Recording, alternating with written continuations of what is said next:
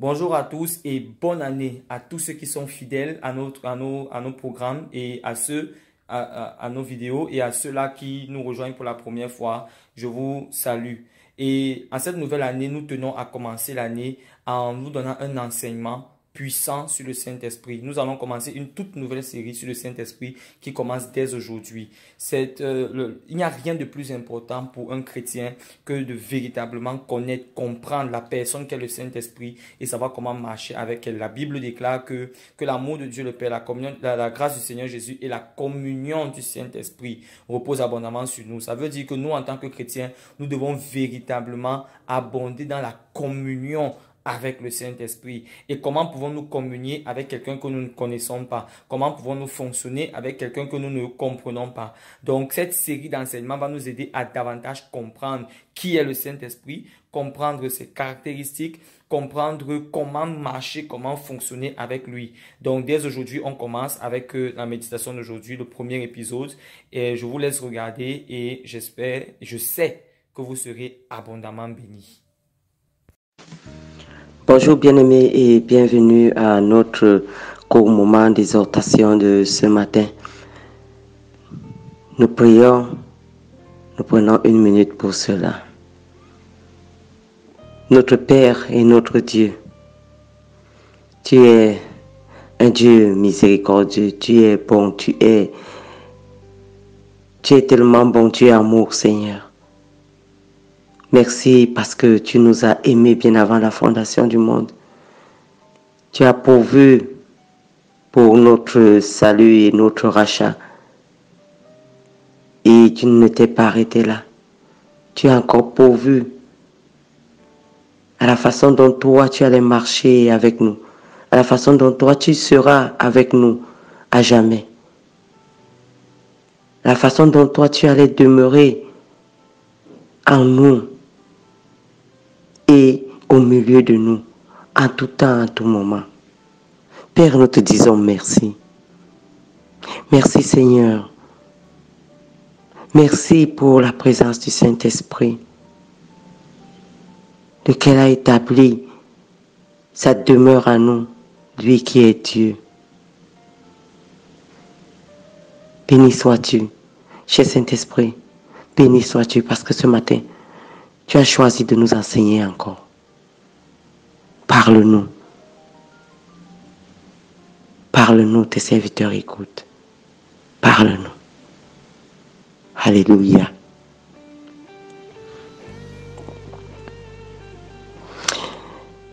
Bien-aimés, ce matin, nous allons parler du Saint-Esprit. Et ce sera une très longue série. Nous avons dit hier que voici la saison de la manifestation des fils de Dieu. Selon Romains 8, verset 19. Le monde attend avec un ardent désir la manifestation des fils de Dieu. La création attend avec un ardent désir. La création attend avec un ardent désir la révélation, la manifestation des fils de Dieu. La création a été longtemps soumise à la vanité. Maintenant, elle attend. Et nous avons dit hier que voici la saison de la révélation. Voici la saison de la manifestation des fils de Dieu. On ne peut pas manifester Dieu si on ne marche pas avec le Saint-Esprit. On ne peut pas manifester Dieu si on n'a pas le Saint-Esprit. Le Seigneur Jésus, lorsqu'il rentrait au ciel, il a dit, je ne vous laisse pas seul.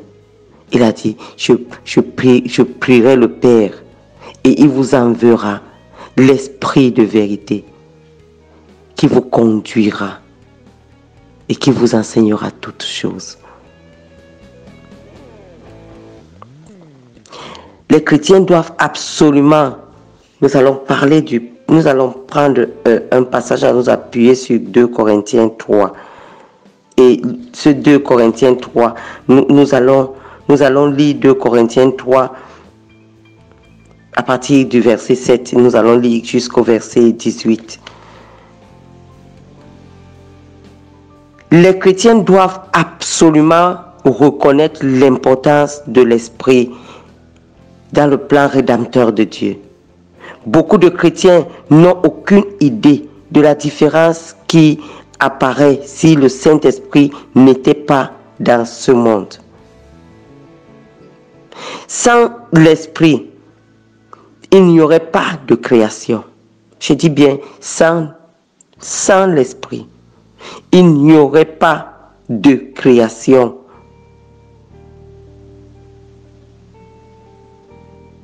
Lorsqu'on lit Genèse 1, on comprend que il n'y aurait pas de création, il n'y aurait pas d'univers, il n'y aurait pas de race humaine. Sans l'Esprit, il n'y aurait pas de Bible, parce que c'est le Saint-Esprit qui est l'auteur de la Bible. Donc il n'y aurait pas de Nouveau Testament, pas d'Ancien Testament, pas de puissance pour proclamer l'Évangile. Oui, parce que c'est le Saint-Esprit qui donne la puissance pour proclamer l'Évangile. Sans l'Esprit, il n'y aurait pas de foi, il n'y aurait pas de nouvelle naissance, il n'y aurait pas de sainteté, il n'y aurait aucun chrétien dans ce monde. C'est pour cela que nous allons parler du Saint-Esprit. Nous allons prendre du temps. Parce qu'on avait déjà pris du temps pour enseigner sur le Saint-Esprit. Mais c'était au début de nos méditations. Mais maintenant, nous allons parler du Saint-Esprit en profondeur. Parce que nous sommes des fils et nous ne pouvons pas fonctionner sur la terre et révéler à la création que nous sommes les fils de Dieu si nous ne marchons pas avec le Saint-Esprit. Il nous faut la présence agissante du Saint-Esprit en nous pour révéler à la création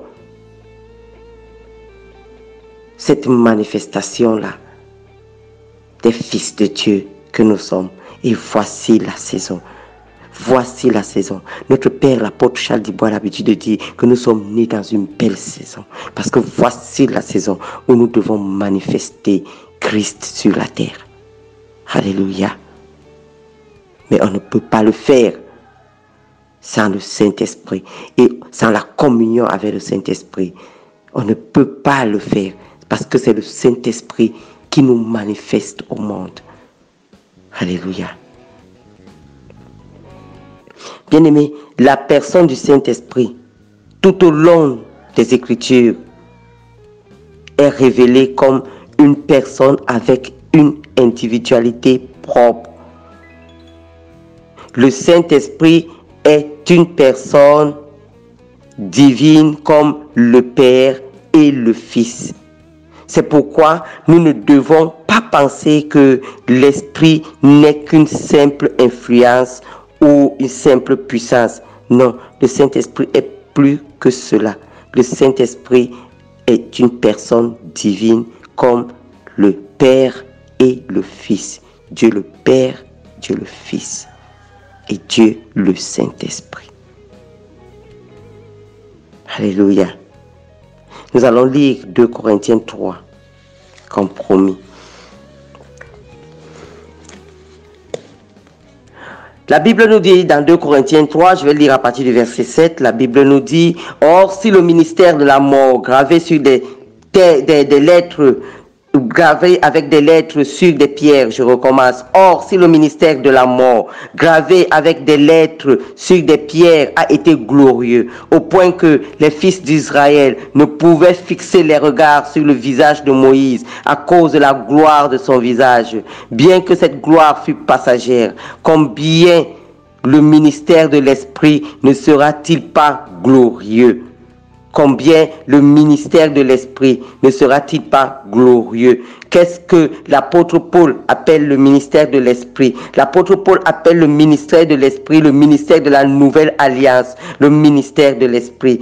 Par la foi en Jésus-Christ, l'homme naît de nouveau et reçoit le Saint-Esprit selon la promesse faite par Dieu. Mais l'homme naît de nouveau par l'action du Saint-Esprit.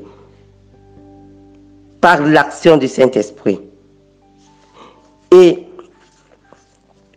c'est par l'action du Saint-Esprit que nous obtenons les promesses faites par Dieu. Et c'est par l'action du Saint-Esprit que nous pouvons vivre tous les bienfaits de l'œuvre rédemptrice de Christ. C'est par l'Esprit. C'est par lui. Parce que c'est lui qui apporte la présence de Christ. Et c'est lui qui manifeste toutes les bénédictions que nous avons dans la parole et qui les manifeste à nous.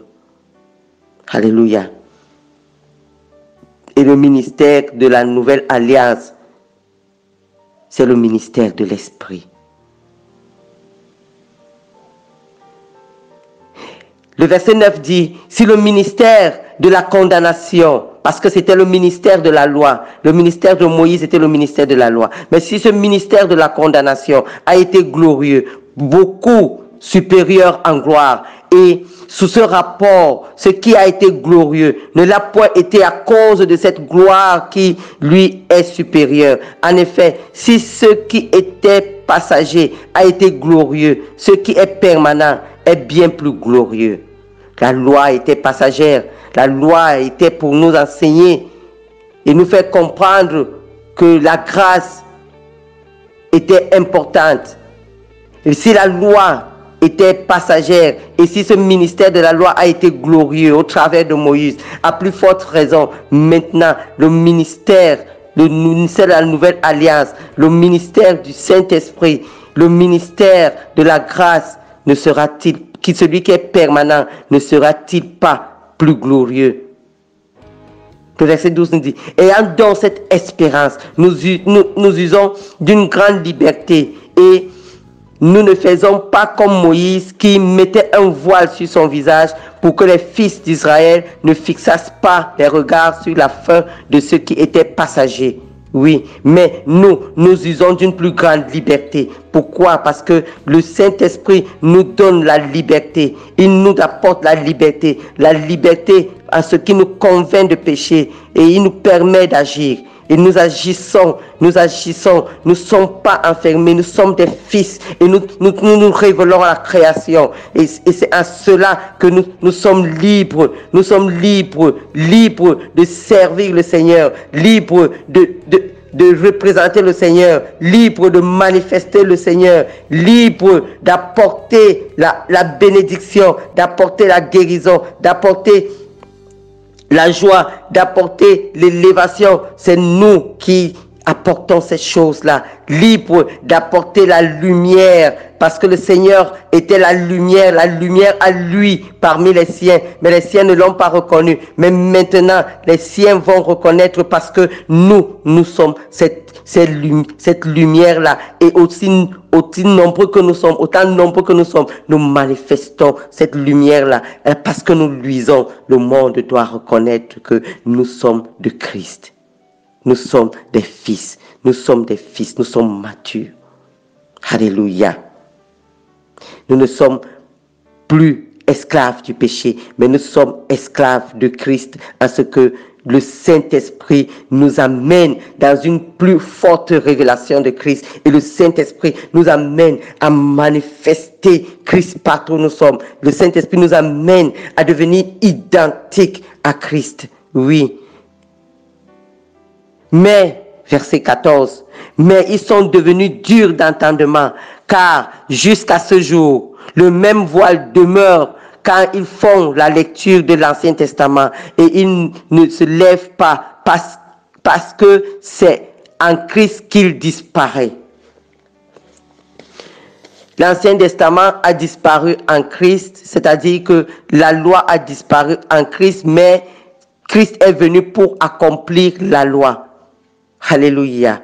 Il est venu accomplir la loi. Jusqu'à ce jour, verset 15, quand on lit Moïse, un voile est jeté sur les cœurs. Mais lorsque les cœurs se convertissent au Seigneur, lorsque les cœurs se convertissent au Seigneur, le voile est ôté. Alléluia. Lorsqu'on se convertit au Seigneur, le voile est ôté. Bien-aimé, qui ôte le voile, qui ôte le voile. Le verset 17 nous dit, or le Seigneur c'est l'Esprit. Et là où est l'Esprit du Seigneur, là est la liberté. La liberté. Le Saint-Esprit vient ôter le voile. Le Saint-Esprit vient nous enseigner qui est le Seigneur. Le Saint-Esprit vient nous parler du Seigneur. Il vient nous apprendre à marcher avec le Seigneur. Il vient nous apprendre à manifester le Seigneur. Il vient nous changer et nous transformer en l'image du Seigneur. Oui, et le verset 18 qui dit, nous tous qui le visage découvert, contemplons comme dans un miroir la gloire du Seigneur. Nous contemplons comme dans un miroir la gloire du Seigneur. Nous contemplons la manifestation, la puissance du Saint-Esprit. Le Saint-Esprit est l'Esprit qui a relevé la puissance. C'est sa puissance qui a relevé le Seigneur Jésus d'entre les morts. Et c'est cet esprit-là, avec toute cette puissance-là, qui a relevé le Seigneur Jésus d'entre les morts, habite corporellement en toi et en moi. Et c'est cette même puissance-là, il nous impacte de cette puissance-là et il nous amène à manifester Christ. Il nous amène à révéler Christ au monde. Il nous amène à, lorsque nous sommes présents quelque part, on doit voir la présence de Christ.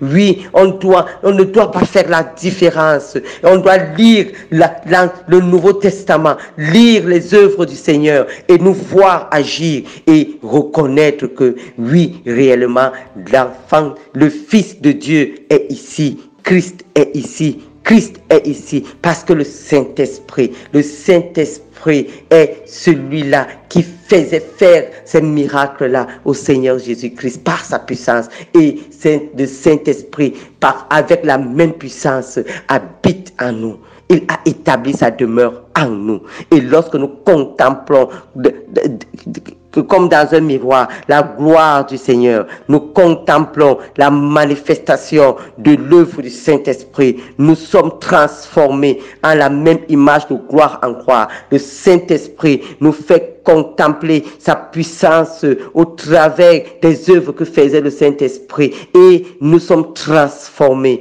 Nous sommes transformés. Le Saint-Esprit nous amène, c'est un pédagogue, à comprendre qu'il est avec nous et alors nous pouvons faire les mêmes choses. Et le Seigneur Jésus a dit, vous ferez les mêmes choses. Vous ferez les mêmes choses. Pourquoi? Parce que le Saint-Esprit est là. Parce que le Saint-Esprit demeure en toi. Apprends à marcher avec le Saint-Esprit. Apprends à communier avec le Saint-Esprit. Apprends à composer avec le Saint-Esprit. Apprends à te soumettre au gouvernement de l'Esprit. Apprends à laisser le Saint-Esprit conduire. Et lorsque le Saint-Esprit conduit, alors tout est à l'image de Christ. Alléluia. À l'image de gloire. Et nous sommes transformés à la même image de gloire en gloire. Comme par le Seigneur l'Esprit. C'est le Seigneur l'Esprit qui nous transforme à la même image. C'est le Saint-Esprit qui nous transforme à la même image. Nous devons apprendre à marcher avec le Saint-Esprit, à le connaître, à lui parler, à l'écouter et à faire comme il a dit, à laisser le Saint-Esprit nous donner la direction. Alléluia, je vais m'arrêter là ce matin.